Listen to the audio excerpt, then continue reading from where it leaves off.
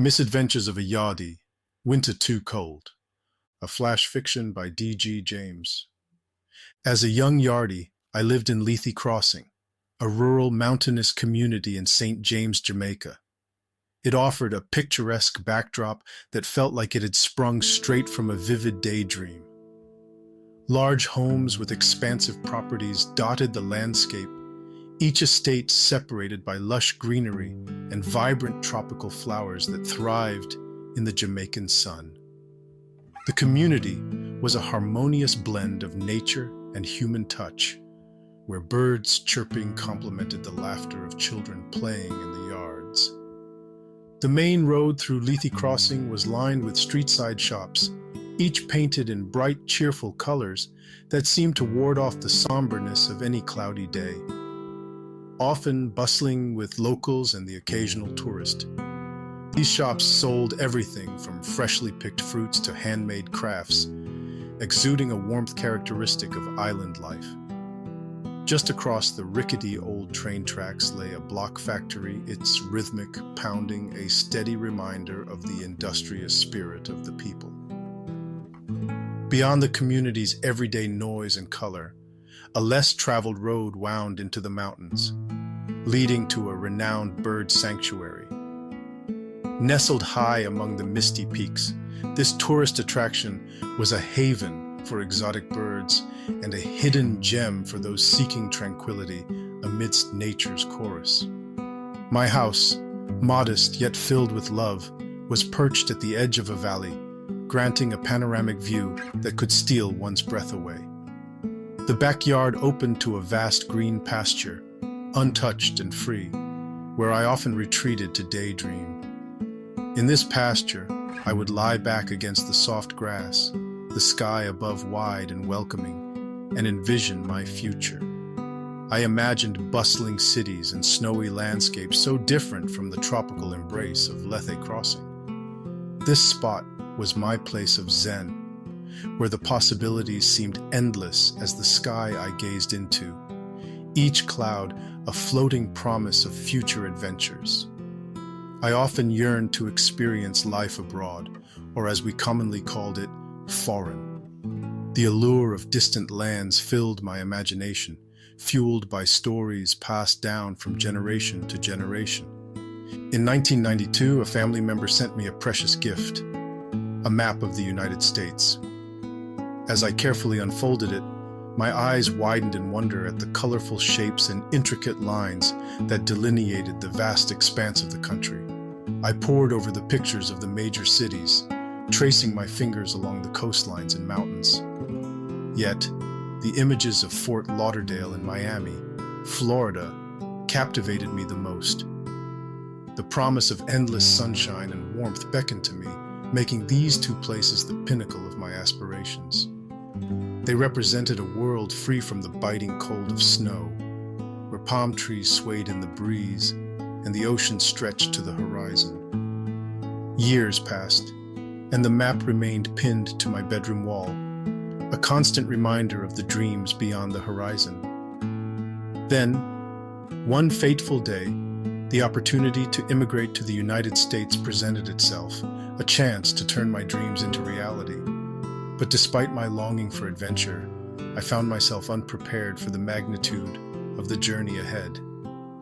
As a 16-year-old boy, I stood on the threshold of a new beginning, my heart torn between excitement and trepidation.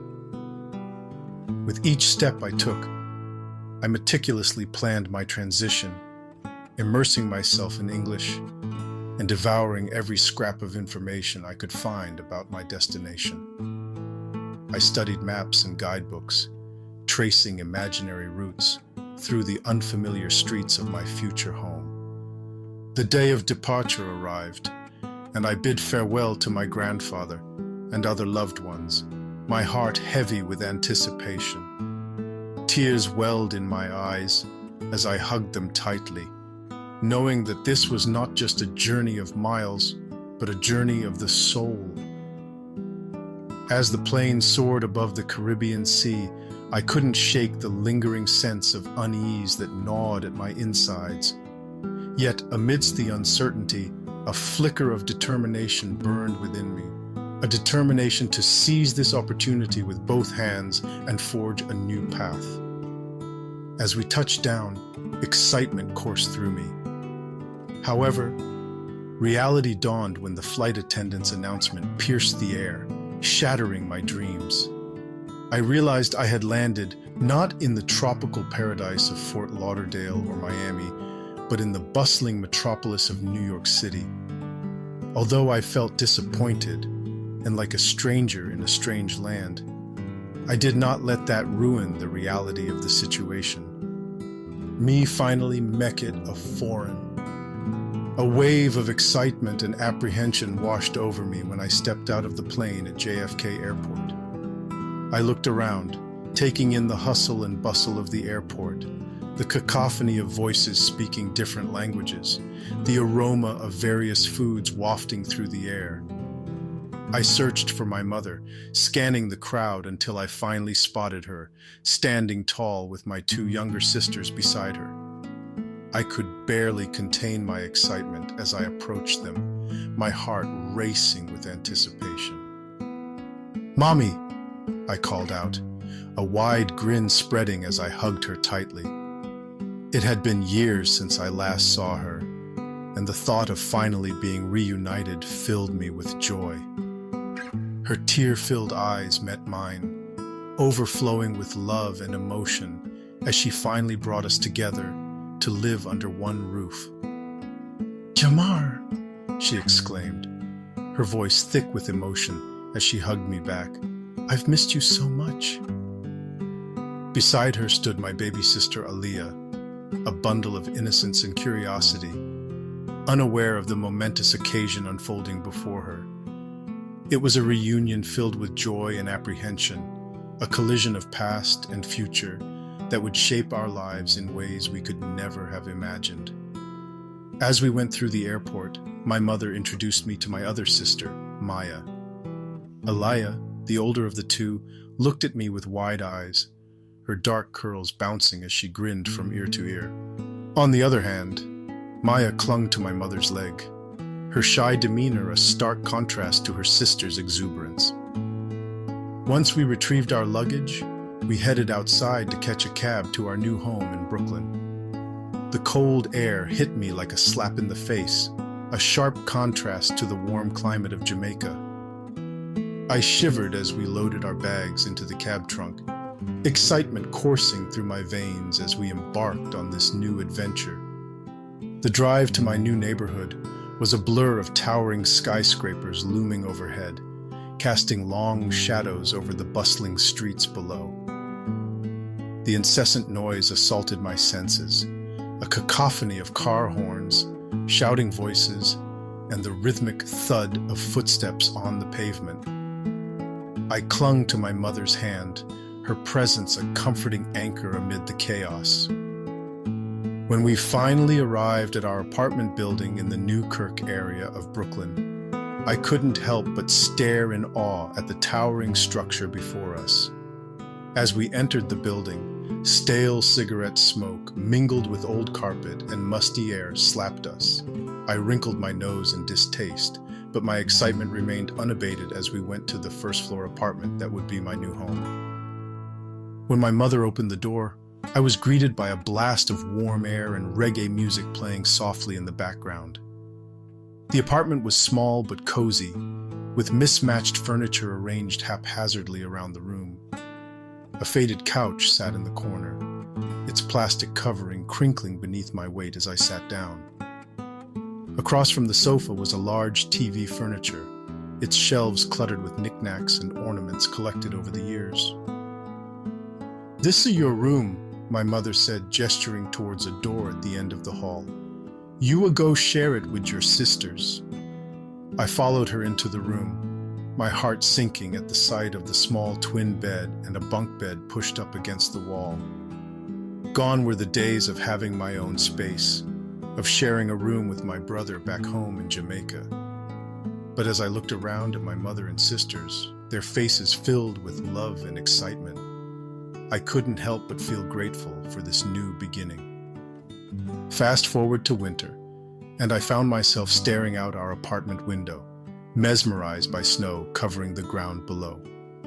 It was my first experience with snow, and I couldn't help but feel a sense of wonder as I watched the flakes fall from the sky, swirling and dancing in the air. "Come on, Jamar," my sister called from the doorway. "We're going to Prospect Park to play in the snow." I tore my gaze away from the window, a grin spreading across my face as I hurried to join them. I watched as they bundled up in their coats and scarves. I couldn't help but feel a sense of excitement coursing through my veins. Despite the cold weather and the unfamiliarity of my surroundings, I must embrace this change. In a matter of minutes, I stepped outside, and reality hit me. The journey from the balmy beaches of Jamaica to the frost-bitten sidewalks of New York was a contrast between the two climates. But here I was, on my first great Jamaican snow expedition, wrapped in my idea of winter armor, a brightly colored beach shirt layered over another beach shirt. I remembered stepping off the plane at JFK, naively confident I was ready to take on the Big Apple, but unaware of the notorious winters. As I stared at the streets and vehicles covered in snow, my bones ached as the cold greeted me like an uninvited guest at a summer barbecue, intrusive and chilling to the bone. Armed with a misguided sense of adventure and a severely underestimated understanding of a blizzard, I set my sights on experiencing the mythical phenomenon known as snow. My destination? The iconic Prospect Park. I decided to journey in the heart of a blizzard that locals had wisely chosen to avoid. The park, a sprawling expanse of white, looked like a scene straight out of a holiday movie, except there was no warm fireplace waiting for me at the end of this script. Dressed in an ensemble that screamed tourist louder than a foghorn, flip-flops, shorts, and the infamous double beach shirt, I entered the park with a child's enthusiasm on Christmas morning. The pristine and untouched snow beckoned me with its siren song, luring me into what I would soon discover was a beautifully laid trap. As we approached the park, my sister Aliyah, bundled up in her puffy jacket and scarf, couldn't hide her excitement. She dashed ahead, her voice floating back on the chilly air. "Jahmar, come see the snow. It thick like a coconut cake," she called out, giggling as her tiny boots kicked up flurries. "Me de calm gal, me cha believe how cold it is," I shouted back, my breath forming clouds in the frigid air. The snow's enchanting facade began to crumble with each step, revealing its true nature as a cold, wet adversary. The icy ground beneath me quickly foiled my attempts to walk with dignity, turning my stride into a frantic shuffle. Then came the moment of overconfidence. I attempted to run.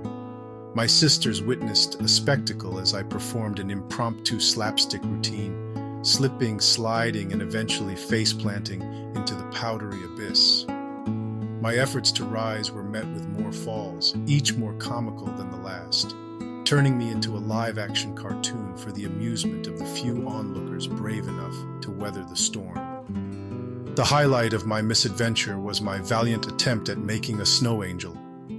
Lying on my back, I moved my arms and legs with all the grace of a beached whale, only to find myself creating what could best be described as a snow blob, an abstract piece of art that left onlookers puzzled and amused.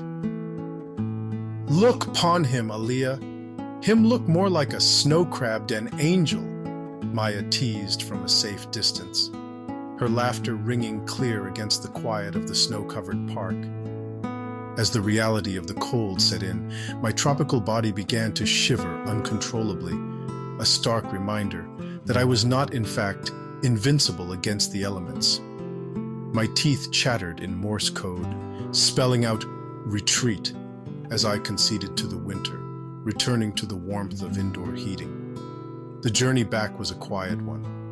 My pride was slightly bruised, but my spirit was undeterred, warmed by the laughter and sheer absurdity of the day's events.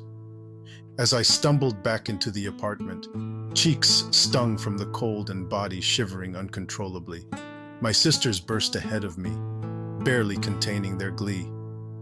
"Mommy, mommy, you shoulda see Jamar. Him think him tough na fi the snow. Him walk out of the house just like that. All the way to the park, him a freeze, but a pretend him all right. Look upon him. Him not even a wear a jacket. How him expect to win 'gainst the snow," Aaliyah exclaimed. Maya chimed in with her own colorful commentary, hardly able to stand still.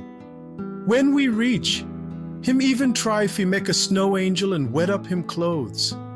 It never even looked like an angel, it end up looking like a snow crab.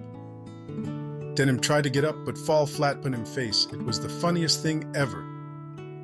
Their laughter filled the small kitchen as I trudged in, my soggy flip-flops leaving a trail of melted snow behind me.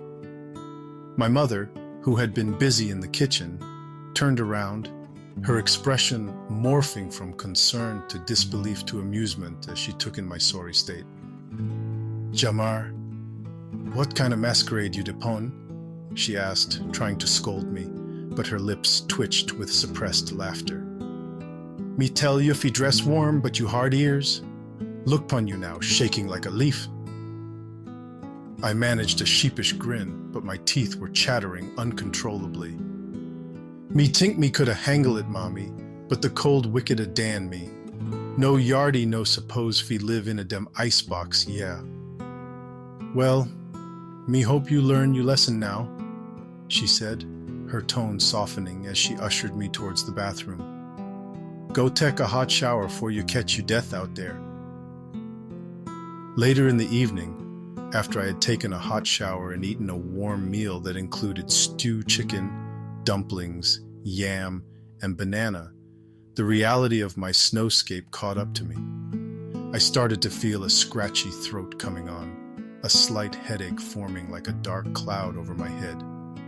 The next morning, I awoke feeling like I'd been run over by one of those massive yellow school buses I'd seen on the streets. "Jesus Christ, me heada hurt me," I groaned. My voice sounded raspy, and my throat was scratchier as I went to the kitchen. My mother clucked her tongue sympathetically, but with a knowing look. "I told you so, didn't I? Now you haffy go school sick or not, so it go in a New York." "Me no, mommy, me no," I replied, dragging my feet. It was a bummer to head off to school not only as the new kid, but as the new sick kid. But as I bundled up, this time appropriately for the weather, I couldn't help but laugh at myself. From now on, I'd take the New York winter seriously. But even under layers of clothing and a woolly hat pulled down over my ears, I knew I'd never live down the day I became a snow crab in the eyes of my little sisters. The end. Thank you for listening to this flash fiction from Fiwi Books. The story was written by D.G. James. For more stories like this, visit fiweh.com.